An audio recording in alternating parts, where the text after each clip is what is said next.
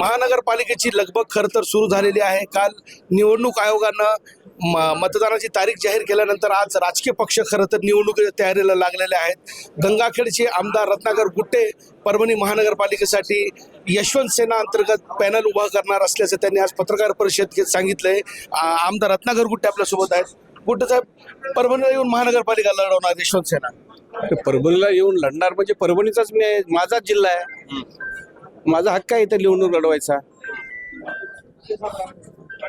म्हणजे निवडणूक लढवायचा माझा हक्कच आहे ना, म्हणून लढतोय.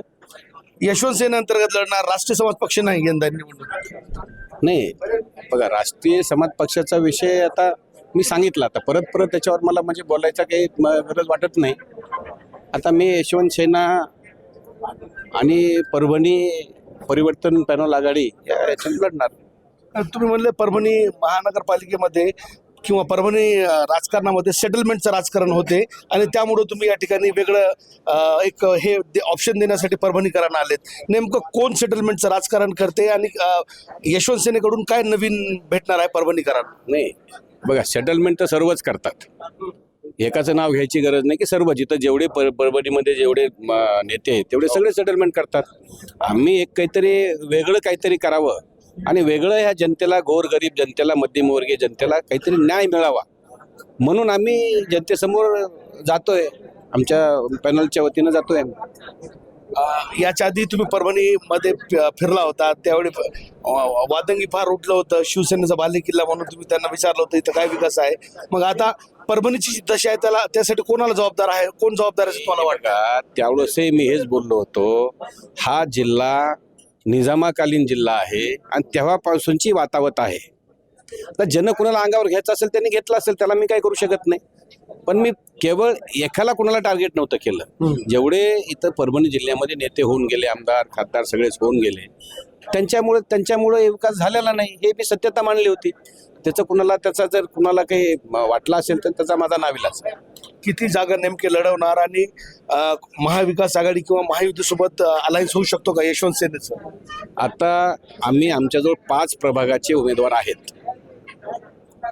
म्हणजे आता 20 उमेदवार आमच्याजवळ आहेत 5 प्रभागाचे आणि बाकी आमचं बोलणं चालू आहे आणि जवळजवळ आम्ही सगळे उमेदवार उभे करू असं आमचं सध्या तरी आहे. पण आता ते सांगता येणार नाही आम्हाला, आमच्याजवळ कोण कॉन्टॅक्टमध्ये आहे काय आम्हाला सांगता येणार नाही आणि निश्चित आम्ही उमेदवार उभे करू. पॅनल म्हणून उभा करणार, मात्र युती आघाडी, महाविकास आघाडी किंवा महायुतीसोबत नाहीच. नाही, आम्ही सांगितलं ना, आमची आघाडी शहर विकास आघाडी म्हणून परिवर्तन म्हणून लढतोय आम्ही. त्या आघाडीमध्ये कुणाला यायचं असेल सर्वांनाच मी ऑफर दिलेलीच आहे. माझ्या पत्रकार मी बोललेलोच आहे की ज्याला कुणाला या परभणी शहराचा विकास करावा असं वाटतंय तर त्याच्यासाठी आमचे दरवाजे खुल्ले आहेत, आमच्याजवळ या बरावं. महायुतीमध्ये भाजप असू द्या नाही तर इतर अजितदादांची राष्ट्रवादी, दुरावा निर्माण झालाय का आमदार रत्नाकर गुट्टेचा? कारण विषय असा आहे की गंगाखेडमध्येही जोरदार तुमच्यावर टीका भाजपकडून करण्यात आली. आता तुम्ही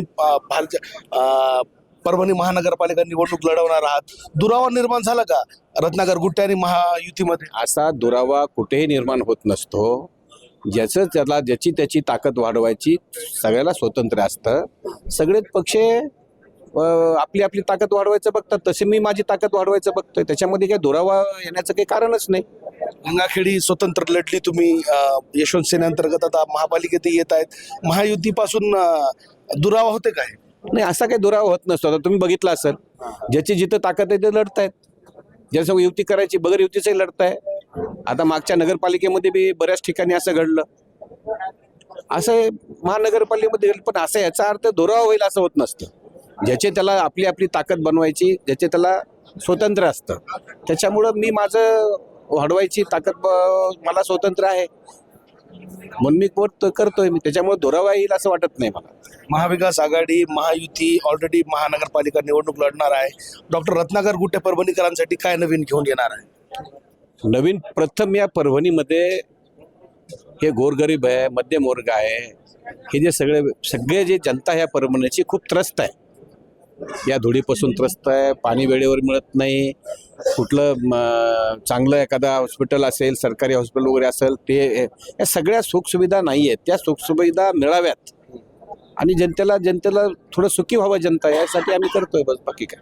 पूर्ण ताकदीनं निवडणूक लढणार परभणी महानगरपालिका. हो अर्थातच ताकदीने लढणार. आमदार रत्नाकर गुट्टे आहे. खरं तर महायुतीसोबत दुरावा नाही, मात्र सर्वच पक्षांना अधिकार आहे आपापला पक्ष वाढवण्याचा, ताकद वाढवण्याचा. त्याच अनुषंगानं परभणीकरांच्या सेवेसाठी निवडणूक लढणार आहे आणि पूर्ण ताकदीनं यशवंत सेनेमार्फत परभणी विकास आघाडी म्हणून निवडणूक लढणार असल्याचं या ठिकाणी आमदार रत्नाकर गुट्टे यांनी स्पष्ट केलंय. तर महायुतीसोबत कुठलाही दुरावा नसल्याचं त्यांनी परत एकदा अधोरेखित केलंय. कॅमेरा पर्सन सय्यद खिजरसह नझीर खान, TV9 मराठी, परभणी.